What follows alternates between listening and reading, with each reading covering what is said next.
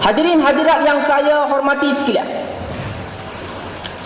dalam kita membincangkan tentang tarbiyah, kebiasaannya kita akan melihat tarbiyah dalam kerangka usrah, tamrin, mukhayyam dan program-program yang seumpama daripada. Sebab itu sebelum kita bercakap tentang tarbiyah, kita kena clarify, kita kena tentukan bagaimana corak sistem yang kita mahu bentuk untuk melahirkan jundullah, melahirkan ahli-ahli gerakan di peringkat pemuda Malaysia yang mampu tidak hanya mendepani masyarakat yang biasa, tetapi juga boleh mendepani masyarakat yang luar daripada kelingkungan mereka. Dan perkara ini bukan satu perkara yang mudah, kerana ianya memerlukan kerja yang berat. Tidak semudah kita melaksanakan program-program usrah dan tamrin semata-mata, tetapi ianya perlu kepada suatu gerak kerja yang strategik di peringkat penggerak-penggerak jentera tarbiyah. Tuan-tuan, namun sebelum kita berbincang tentang manhaj tarbiyah maupun murabbi yang boleh membimbing ahli-ahli gerakan menjadi jundullah, pendakwah-pendakwah yang boleh melebarkan usaha dakwah di Malaysia ini, perkara yang amat penting ialah al-ghayah, matlamat kepada tarbiyah itu sendiri. Dia macam kita tengok permainan bola. Kita tengok permainan bola, Manchester United lawan dengan Chelsea. Tak boleh lawan dengan Arsenal, nanti ada yang tegak kat dalam dewan ni kan. Lawan dengan Chelsea, tak boleh juga tegang lah, tapi nak buat macam mana? Manchester United lawan dengan Harimau Malaya, dia fair. Okay. Tuan-tuan, kebiasaan di peringkat kita melihat sebuah perlawanan bola yang prestij, kebiasaannya kita akan bergembira dengan corak permainan, kelincahan-kelincahan penyerang, ketangkasan-ketangkasan mereka yang menampan di bahagian bek belakang. Kita seronok tengok, kita seronok. Apatah lagi kalau penyokong Manchester United melihat penyerang yang menjadi idamannya menjaringkan gol, seronok. Tapi tuan-tuan, bila kita sebut tentang tarbiyah, yang seharusnya kita bentuk dalam corak pemikiran kita ialah bagaimana kita nak melahirkan. Dalam stadium itu kita melihat kelincahan para penyerang yang bertaraf antara bangsa, berpencak dan juga menggelicik bola sehingga menjaringkan gol. Di peringkat bek dan juga penjaga golnya hebat menangkis bola-bola yang dihalakan ke dalam kem pasukan mereka. Kita harus berfikir, tarbiyah ini ialah bagaimana kita mahu melahirkan penyerang yang berada di atas padang itu untuk dibentuk menjadi penyerang yang sehebat itu di atas kerusi penonton di sebuah stadium. Kita seronok tengok perdebatan antara Khairi Jamaluddin dan juga Rafizi Ramli. Seronok. Yang tengok live berdebar-debar, kita seronok lah kan. Tengok hujah daripada Rafizi, kita seronok, dan kita tengok hujah daripada KJ, kita cari ni nak gagak ni. Kita seronok tengok situasi itu. Tapi sebagai manusia yang ditarbiyah, ahli gerakan yang ditarbiyah, pernahkah satu ketika kita mahu berfikir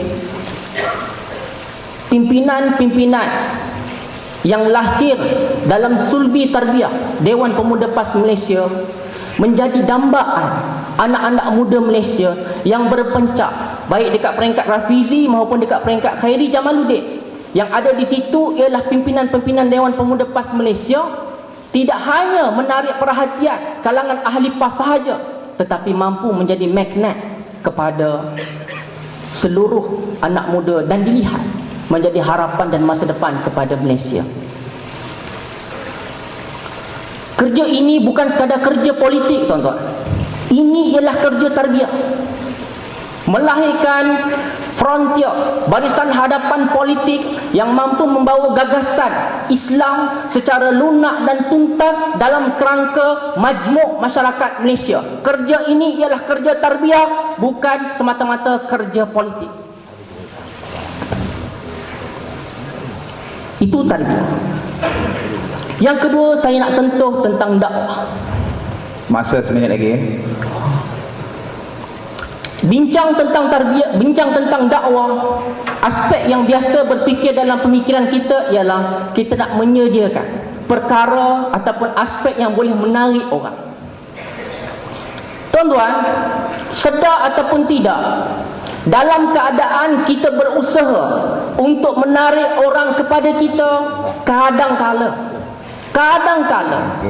kita dilihat eksklusif dalam pendekatan kita. Sebab itu, dalam kerangka pemikiran, ahli-ahli Dewan Pemuda PAS Malaysia tidak boleh berfikir bahawa mereka ialah entiti yang lain berbanding dengan anak-anak muda di Malaysia. Kita kena berfikir bahawa kita ialah sebahagian daripada anak-anak muda di Malaysia, dan dengan apa yang kita telah lalui, kita ditarbiah di peringkat sekolah, kita ditarbiah di peringkat kampus, dan kita ditarbiah di peringkat kawasan negeri dan juga pusat. Kita mahu kita bersama-sama dengan anak muda Malaysia memahami secara betul tentang agenda-agenda dan juga prinsip-prinsip Islam, dan seterusnya sama-sama membina negara yang kita cintai ini. Paradigma ini perlu ada. Selagi kita meletakkan paradigma pemuda PAS ialah entiti yang lain, anak muda yang lain yang kita perlu dekatkan diri kepada mereka, sampai bila-bila kita akan dilihat tidak cool kepada mereka. Saya guna istilah tidak cool, tuan-tuan, sebab istilah tu dah trend. Cool ni maknanya tak poyo. Poyo pula.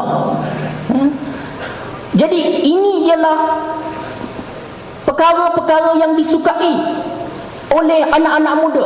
Soal benda tu selari tak selari dengan syariat, kitalah yang membawa perkara itu, yang alignment perkara itu agar selari dengan syariat, supaya kelak di peringkat penggerak-penggerak politik, dakwah dan juga tarbiyah, Dewan Pemuda PAS Malaysia mampu melahirkan ketumbukan-ketumbukan anak muda, pelapis-pelapis pimpinan PAS untuk masa akan datang, yang mampu memahami dan juga menjadi sebahagian daripada anak-anak muda di Malaysia. Kena cermat, tuan-tuan. Kita kena hati-hati dalam kita menilai cara anak-anak muda hari ini berfikir. Paling penting, kita kena terima dan juga selesaikan apa yang mereka suka. Bukan kita buat apa yang kita suka, tetapi kita memenuhi apa yang mereka suka untuk kita gunakan perkara itu mendekatkan mereka kepada agenda perubahan yang besar di Malaysia. Setengah minit saya nak cakap sikit tentang politik. Ringkas dan juga padat, politik is about interest and needs, kepentingan dan juga keperluan. Sebab itu, di peringkat Dewan Pemuda PAS Malaysia, Johor mengusulkan agar gerak kerja politik kita selepas ini harus memenuhi keperluan dan juga kehendak masyarakat dan anak-anak muda di Malaysia. Kita tidak mahu lagi dikatakan sebagai entiti yang syok sendiri. Kita tidak mahu lagi mengatakan bahawa kita ini dilihat lain daripada masyarakat dan anak muda di Malaysia. Kita memenuhi keperluan dan juga kehendak mereka.